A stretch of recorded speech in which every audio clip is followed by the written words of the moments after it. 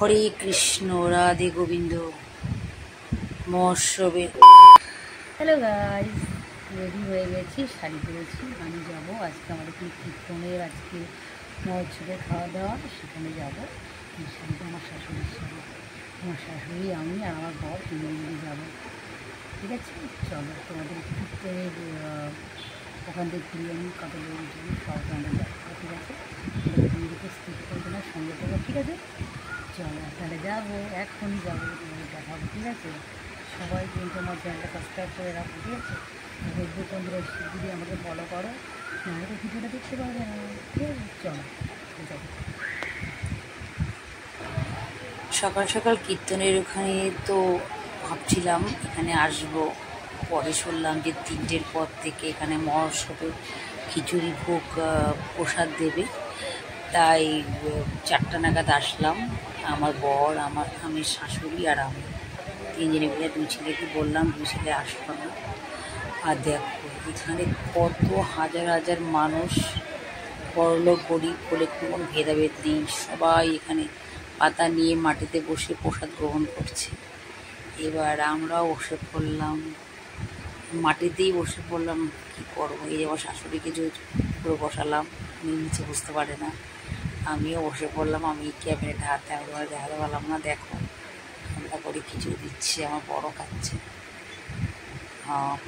আমরা মহোৎসবে প্রসাদ খেতে খুব ভালোবাসি। কোনো বাড়িতে নিমন্ত্রণে করলে যদি নাও বা যাই, মহোৎসবে প্রসাদ খেতে আমরা যাবই, আমাদের খুব ভালো লাগে। আর এই দেখো আমিও খাচ্ছি। ভাবলাম একটু আমাকে দেখিয়ে দিই। বাবা ওই শাশুড়িকে দেখালো, পরকে দেখালো, নিজেকে দেখালো না। এই দেখো আমিও খাচ্ছি। আর ওখানে সবাই বলো জয় গীতায় গোবিন্দর জয়, রাধে গোবিন্দর জয়। চলো তোমাদের ঠাকুর দর্শন করিয়েই দিই। দেখো এখানে মহোৎসবের প্রসাদটা মানে ভোগটা কালকেই দেওয়ার কথা ছিল, যেহেতু কালকে ঝড় হয়েছিল, তাই কালকে আর প্রসাদ আর দেওয়া হয়নি। তাই সেটাই আজকে, সেই কাকুটা দাদুটা সেই কথাই বলছিল যে কালকে হয়ে গেছে আজকে, তাই সবাইকে আজকে ভোগ প্রসাদ দেওয়া হচ্ছে।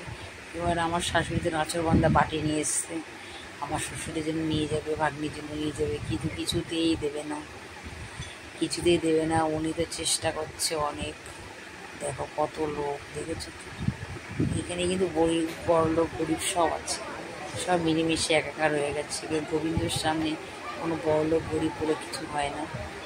আর এখন আমি আমার বড় দিদির কাছে আমাদের গাড়িটা বের করতে, তাই আমার শাশুড়ি আর আমি দুজনে দাঁড়িয়ে আছি। উনি তো নিয়েই যাবে প্রসাদ, কিছুতেই দিচ্ছে না।